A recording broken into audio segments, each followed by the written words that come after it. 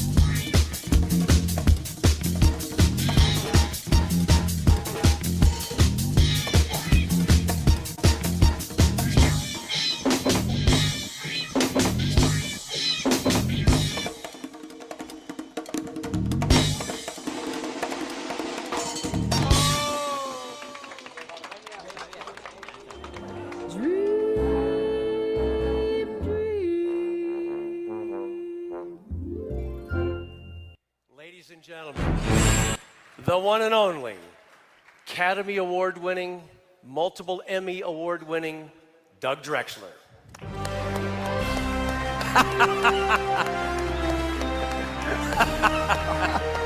Wow. Well, I need a microphone.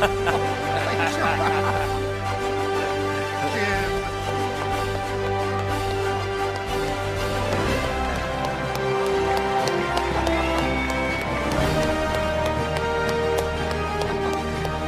So here, come on over. Maybe we should have a seat, and let's kick a few things around. Yeah. So when you first heard about all Hey, this... hold on a second. Uh-oh. I just got to say that all of, this Star Trek, and it's been amazing. But when I come here and I see the enthusiasm in this room, it is absolutely mind-blowing. And you people are what's really amazing. Yeah. Thank you. And these guys, Where were we? Oh, I was just saying, so when you first heard about this, and, we were sitting here kind of grasping at straws, and we had ideas, David's vision, we shared it all with you. You have to start somewhere, and where'd you start? What'd you know we had to learn to start making decisions? Well, I mean, first I had to get to know you two guys, and then I had to get to know the company and what it stood for and what it was about. And I realized that there was a shared DNA between LifeWave and Star Trek, a vision of the future, an optimistic future. And, I thought I was lucky in my career, and I really have been, but I didn't, meeting you guys was even more amazing. Oh, come on. Oh, thank you. It's true. Thank you, Doug. It's like Tony Stark here. Exactly. You're not insinuating I'm a superhero, are you? Well, yeah, of Because course that I would am. be- He is a superhero. I mean,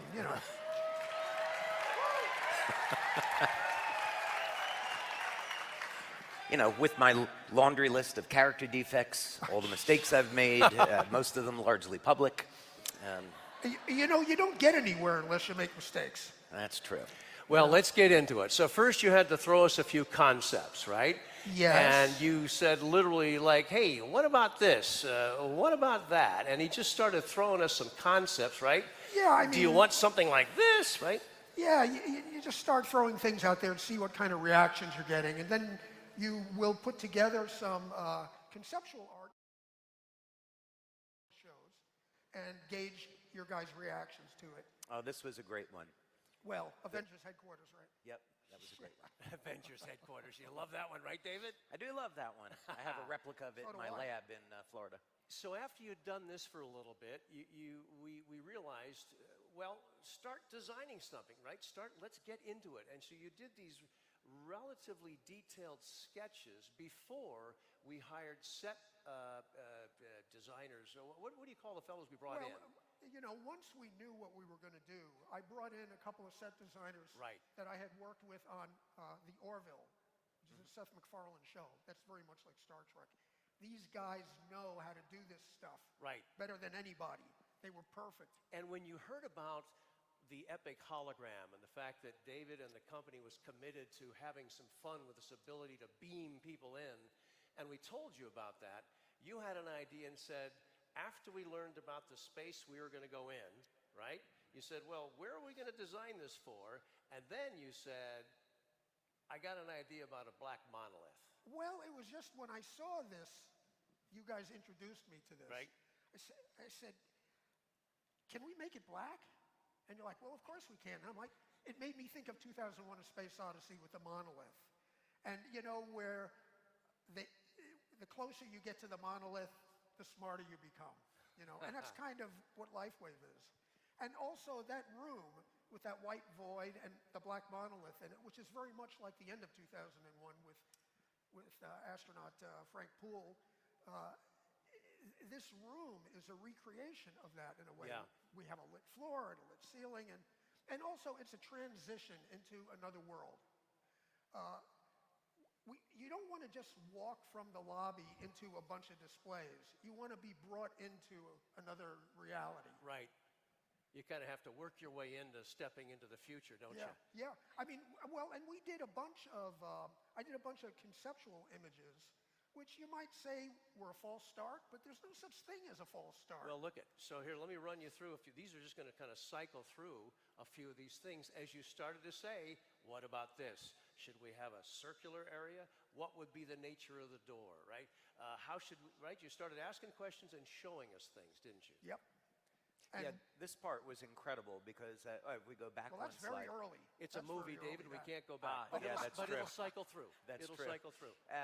Yeah, so when we started to seeing this artwork, we were so close to what we thought the representation of the Welcome Center should be. This was the imagery when I first looked at it. I said, oh my God, we're so in the ballpark Right. now on this. And you know, but then, you know, you're thinking about, well, now, wait a second. These are the coolest looking designs. And me, from my vantage point, I'm thinking, how in the world are we going to make something that looks just like this, right? And going through that process, but you're the designer. You can envision and say, well, yeah, no, we can make it look just like that, right? Absolutely. Well, I mean, my job on Star Trek or Battlestar Galactica or the Orville is to come up with designs that we can build. Right. You know? Exactly. So I'm always, whatever I'm designing, I try to keep it practical. Of course, I know that you guys had a lot of experience with big screens and backlights and, Right. you know, media stuff like this. And you combined stuff, didn't you? Yeah, absolutely. Because the content, David, right, had to get up on some screens, and that's where David decided to commit to state-of-the-art capabilities on the part of the screens that we installed. I'm not going to tell you how much they cost, but they cost an arm and a leg, and so your experience when you go through the Welcome Center, you're looking almost as if you're looking at reality. The images are so pristine and clear. Yeah, and it's always going to come back to the story, right? So it's a blend of, can we tell the story of LifeWave? We use the hologram as an opportunity to welcome people from all over the world in different languages, take them into the tunnel so they can see where LifeWave has been, let them interact with the Welcome Center so they can explore our business opportunity, our products, our culture, and then we give them a look at what's coming into the future. Exactly. And then, if I'm not mistaken, what comes up next is the concept of we had to build it, right? And we did that in Hollywood. Think about it. All the set designers and all the set construction folks that Doug knows, we pulled that team together and we made it all down in Hollywood. And then once finished, once we knew everything fit together, once we knew the measurements and everything was going to work, we threw it in trucks and brought it up to Draper, Utah, where it had to be, most of it, hoisted by a crane, take out windows, go inside, drop it in, and then start to construct it. But this whole construction process, you're very familiar with that, aren't you? Well, yeah, I mean, the beauty of it was that we did it in the San Fernando Valley, which Yep. is just minutes from where I live, so I could go to the scene dock and see what these guys were doing every day and go there with my set designers. Yeah. And we could interact, which is what's happening in these pictures here. You had to verify, right? Yeah. You had to look at the materials. Well, you know, you could have amazing designs that look fantastic, but it could all fall flat in the creation of it, in the physical creation of it. And you never know what's going to happen, but all I can tell you is that the way it all came together and everybody who was involved with it all the way along was excited about it, and it became, well, actually it turned out better than I thought it would turn Really? out. Yeah, it was really more amazing than I expected it to be. Think about that. Yeah, and I have to say, because we were involved, Jim and I, in the design process, through the beginning, so we saw you breathe life into this concept.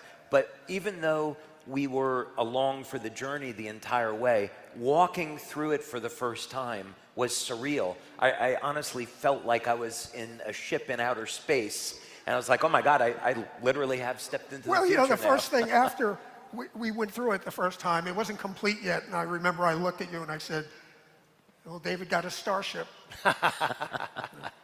But honestly, if you don't have the right group of people together, and I mean it's particularly these two guys, there's another place it could totally fall flat. And when we first met, we were kindred spirits right away, Absolutely. Oh, I should mention that because you're way too humble of a guy, even though you've had these absolutely incredible achievements in your life. But I want to know, this man has an incredible heart. As much time as we spent talking about Star Trek, we also spent talking about God and faith and the stories in the Bible. I loved doing that with you, Doug. It was just so great to see that side of it. Yeah, we had a conversation going back and forth and emails and, you know. And, you know, I want you to share something that you shared when you were here last year, and that is you had so many obstacles in your life. Your parents didn't want you going in this direction. I was crazy. And look what happened to you. Yeah. They thought I was out of my mind. I mean, and you have to consider that when I was really first getting into this type of thing when I was 11, 12 years old, it wasn't considered hip or cool or even smart, you know. Now, it's a whole different story. Isn't it interesting what a parallel? There's always parallels to the network marketing business, right? Where people say, you can't do it, you're not going to be successful. I've never heard of that company. You know, all those things we've talked about over the last couple of days, the negativity, you experienced it too, and you pushed through it. You have to take that negativity and turn it into energy to drive you where it is you want to go. Too often people are criticized and talked down to and they give up. You can't do that. You have to take that energy. Take it. They don't realize that they're giving you energy to create and reach your goal and your dream. It almost comes a little bit like, I'll show them. Who are they? If someone else can be hugely successful, so can I, and boom, off you went, huh? Yeah. Meanwhile, while there were people in his life saying, no, you can't do this, you can't achieve it, you ended up working with Gene Roddenberry. Well, that's just like totally nuts. That I would, as a kid, I was watching, when Star Trek premiered in 1966, I was one of the original fans, and when they canceled it after three seasons, I was part of this Save Star Trek committee that kept the show going, you know. And then when I ended up coming to Hollywood to work on a Warren Beatty picture called Dick Tracy, where we did all the makeups in there. But I knew that Star Trek The Next Generation was shooting across town. And as soon as Dick Tracy was done, I went over there and I begged Mike West, because I was a makeup artist at the time, I begged him to let me come and work on the show. And he says, well, what, you're doing features. Why do you know, Star Trek was where I'm supposed to be. And it's not just because it's, you know, cool, flashy science fiction. It's the philosophy of a better tomorrow, you know. Exactly, right? That's David? what got me so hooked on Star Trek from when I was very young. I saw the first episode of Star Trek that I saw was Arena, and this idea, well, wait a minute, Captain Kirk didn't kill the Gorn, and he's trying to reach some type of peace with these aliens. But the idea that we could have a future, we're not at war, we're not trying to kill one another, we're working together for the common good, we've used technology to feed people, energy is abundant, and we're reaching out to other species. And of course, it's a beautiful view of the future. Meeting David, you know, he reflected that philosophy that excited me so much. So I was so excited to come and do this. And wow, thank you, because it turned out amazing. I hope you guys get to go see it. Well, before we talk about that, and before we kind of show you a 3 or 4 minute teaser film of the Welcome Center that we're talking about, I think we have some time-lapse footage that we should show now that features kind of several areas of the Welcome Center and how they kind of came together over a period of 2 or 3 months. Can we roll that now? Yeah, we can see it down here. Awesome. Yeah, right? Yeah.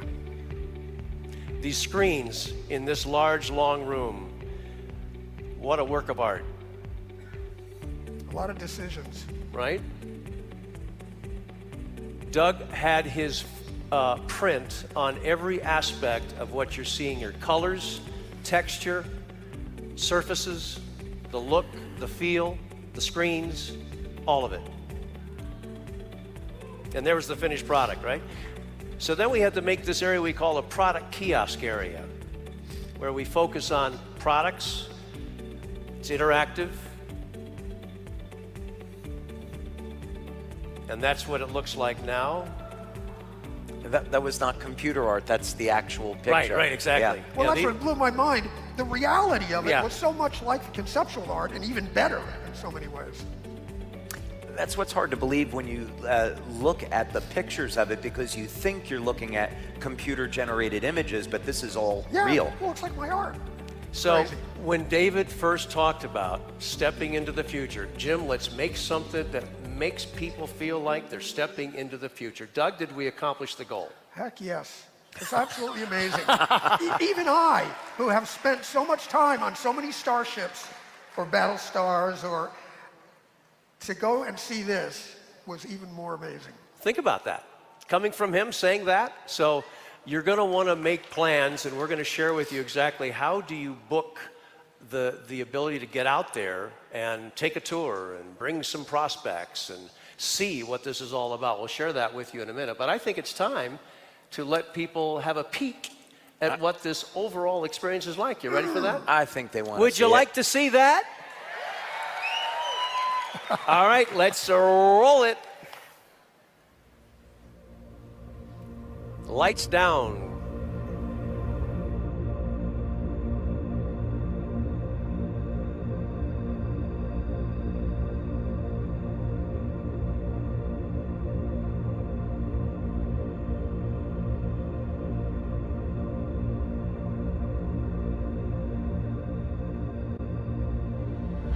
Hey, let's go.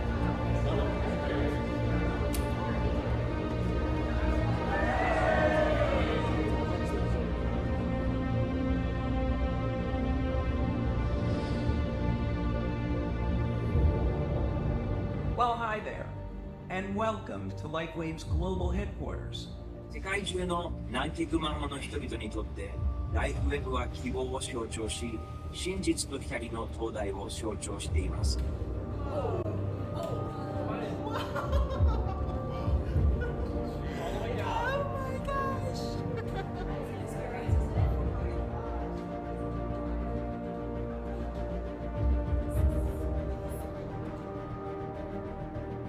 It's one of those things where you have to be there to understand the magnitude of what you experience when you walk in. It literally is giving me goosebumps.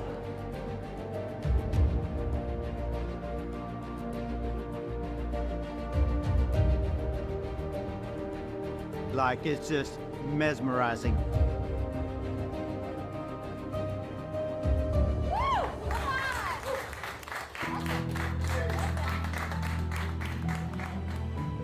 All I can say is, wow.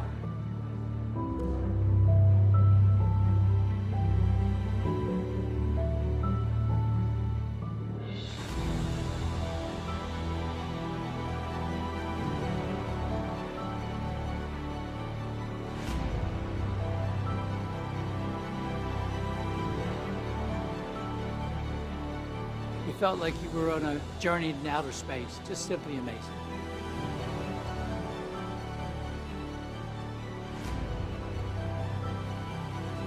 What an incredible, breathtaking experience.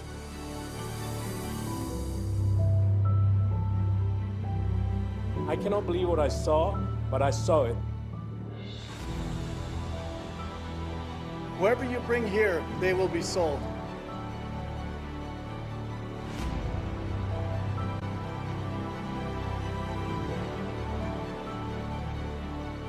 The genius and the vision and the work that went into this was absolutely amazing. It's just honestly mind-blowing to see the technology, the evolution of this company. The sky's the limit. That's all I can say. I'm just speechless. It was so beautiful. I don't even know what to say. This is the most exciting, jaw-dropping presentation I've ever experienced.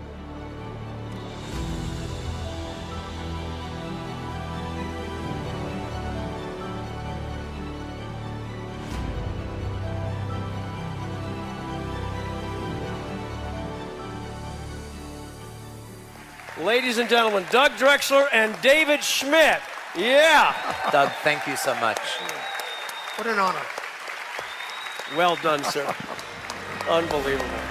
And I got great friends out of it, too. So I'm going to bring up